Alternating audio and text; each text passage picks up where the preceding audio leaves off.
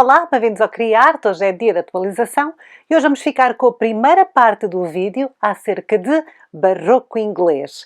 Bem-vindos!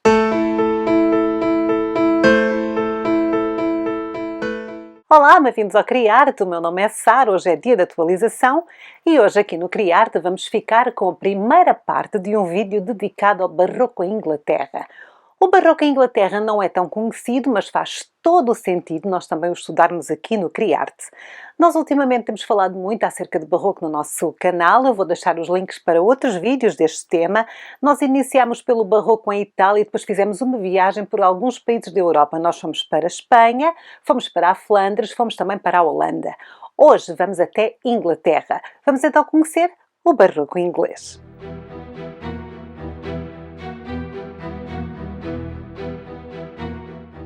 O barroco em Inglaterra não chegou de forma fácil. A Inglaterra era um país diferente e era muito resistente à mudança. Na verdade, a Inglaterra não era um país católico. Era um país que tinha tido muitos problemas com a Igreja Católica, que se separou da Igreja Católica, teve problemas gravíssimos entre os católicos e os protestantes e que acabou por criar uma nova igreja, a Igreja Anglicana. Então o povo inglês era muito resistente a tudo o que vinha lá daqueles lados de Itália. Eles não gostavam de nada que tivesse assim um cheiro de arquitetura papal, eles não gostavam nada de coisas muito dramáticas, de coisas muito emotivas. Ou seja, o barroco era ao contrário de tudo aquilo que os ingleses gostavam. Para além disto, a Inglaterra vivia ainda durante muito tempo um período mais gótico, mais voltado para o gótico. Não aceitava influências de fora. Os ingleses tinham horror a tudo o que vinha de fora. Mas claro, como o barroco é um primeiro movimento global e que aos poucos foi entrando a Inglaterra. E é acerca deste caminhar do barroco para a Inglaterra que nós vamos fazer esta primeira parte deste vídeo. 1620 é o ano que marca a entrada do barroco em Inglaterra, que era uma sociedade que gostava do gótico, que se inspirava no gótico, que gostava da arquitetura predominante, que era a arquitetura Tudor. Eram normalmente construções de madeira com um ar muito mais medieval.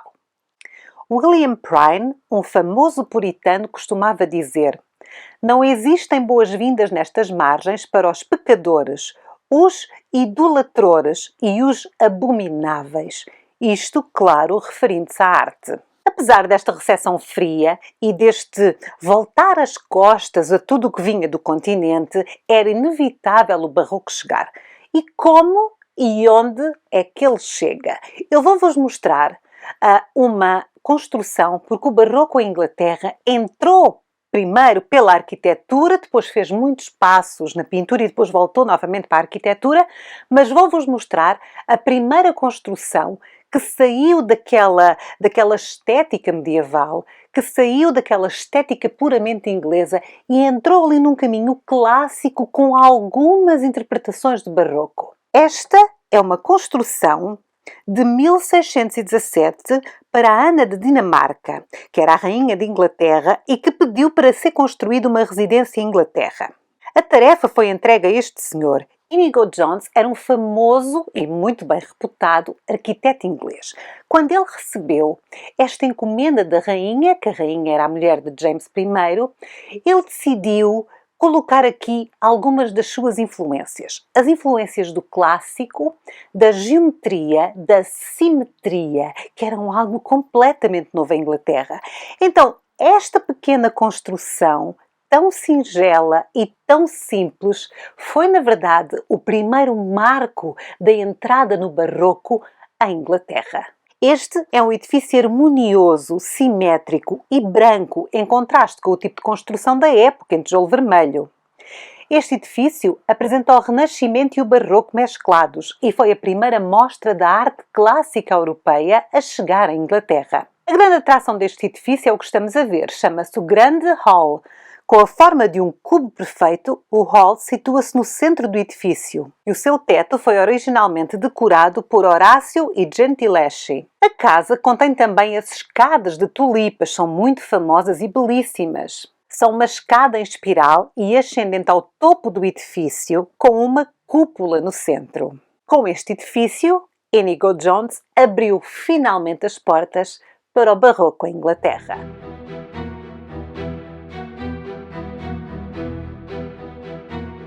Se Inigo Jones, com esta sua singela obra arquitetónica, abriu as portas para o barroco em Inglaterra, outro nome muito importante ajudou a escancarar as portas. Esta pessoa importantíssima para o barroco não era um arquiteto, não era um pintor, não era um escultor, não era sequer um artista. Era um rei. Este é Carlos I de Inglaterra.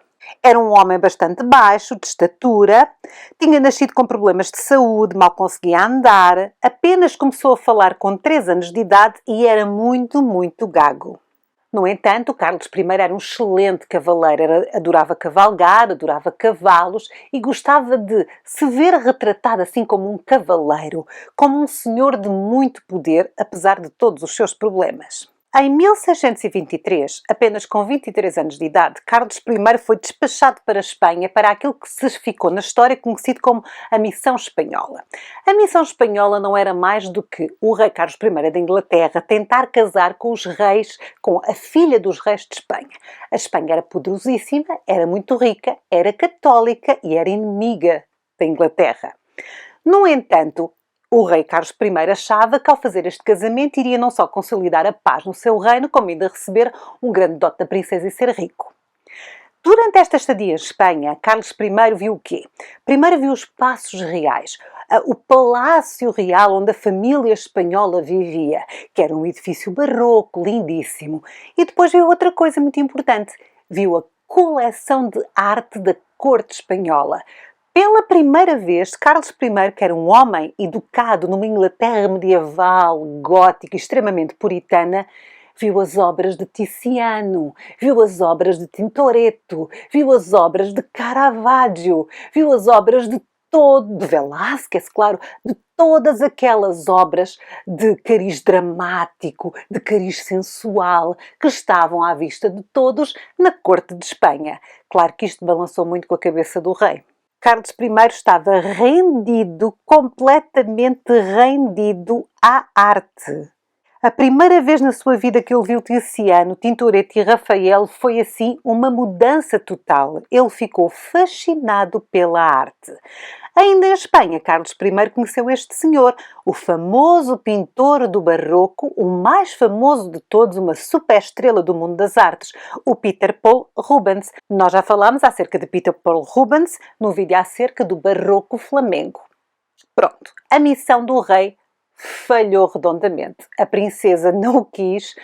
Os ingleses também não estavam muito contentes com esta vontade que o rei tinha de casar com uma princesa espanhola, católica, que ia contra tudo o que os ingleses acreditavam. Então o casamento não se deu e o Carlos I voltou para a Inglaterra. E quando ele voltou à Inglaterra, na verdade, antes de ele ter ido embora, ele tinha encomendado um salão de banquetes para o seu casamento com a princesa espanhola. E quando ele voltou da Inglaterra, o salão estava quase pronto. O salão era adjunto à residência dos monarcas ingleses entre 1530 e 1698, que era o Whitehall. Quem, na verdade, era o arquiteto para este novo salão era Inigo Jones, o tal arquiteto que já tinha assim umas ideias mais clássicas e mais barrocas. O Inigo Jones era o arquiteto desta construção, mas o Carlos I criou um salão de banquetes parecido em aparência com a Casa Real de Madrid. Infelizmente, a maior parte do palácio foi destruída em 1698, mas a sala de banquetes continua de pé. E atenção, porque depois do salão estar completo, o rei Carlos I encomendou a Rubens aquele que é o único teto até hoje existente, completo, pintado por Rubens. Fica aqui, em Whitehall, no banquete, na sala de banquetes. Ora, o Carlos I andou atrás do Peter Paul Rubens durante muito tempo. Ele gostava muito da estética de Rubens, ele era apaixonado e ele conseguiu então que Rubens pintasse este teto. Na verdade, este teto foi pintado por Rubens no seu ateliê e enviado em grandes pranchas de madeira para a Inglaterra e depois então foi montado. Aqui Rubens conta a história da união das coroas da Escócia e da Inglaterra sob James I, o pai de Carlos I. No centro da obra, James está a subir aos céus, enquanto a paz está a coroar com uma coroa de louros a sua cabeça. Depois do teto montado, Carlos I ficou tão satisfeito, mas tão satisfeito com a obra, que nomeou o Rubens Cavaleiro, e ainda lhe ofereceu um lindo chapéu, um chapéu caríssimo. Quando se tornou rei em 1625, era nesta sala que Carlos I reunia a sua corte. Numa corte antipapal, anticlerical, não ficava nada bem ver estas imagens quase a santificar o James I.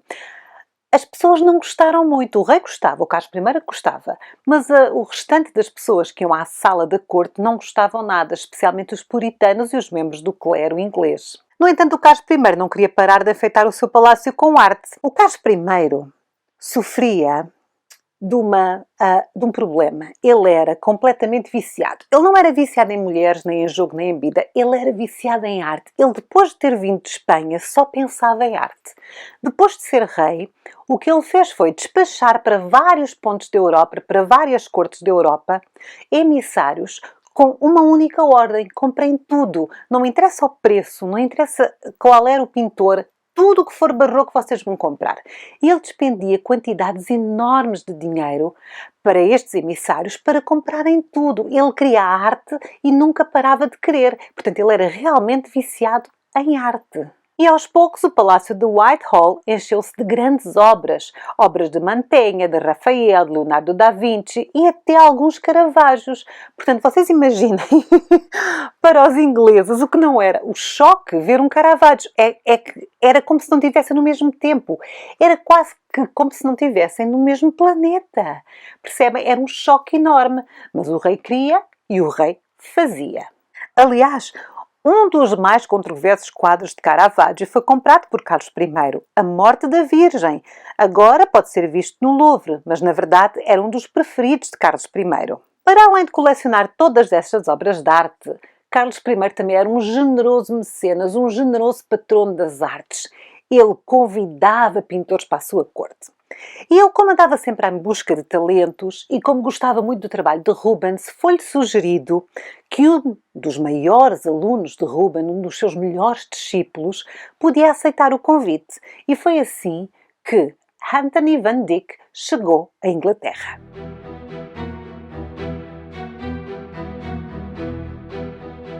A chegada de Anthony van Dyck à Inglaterra mudou tudo. Com Van Dyck, a pintura barroca chegou a todos os cantos de Inglaterra.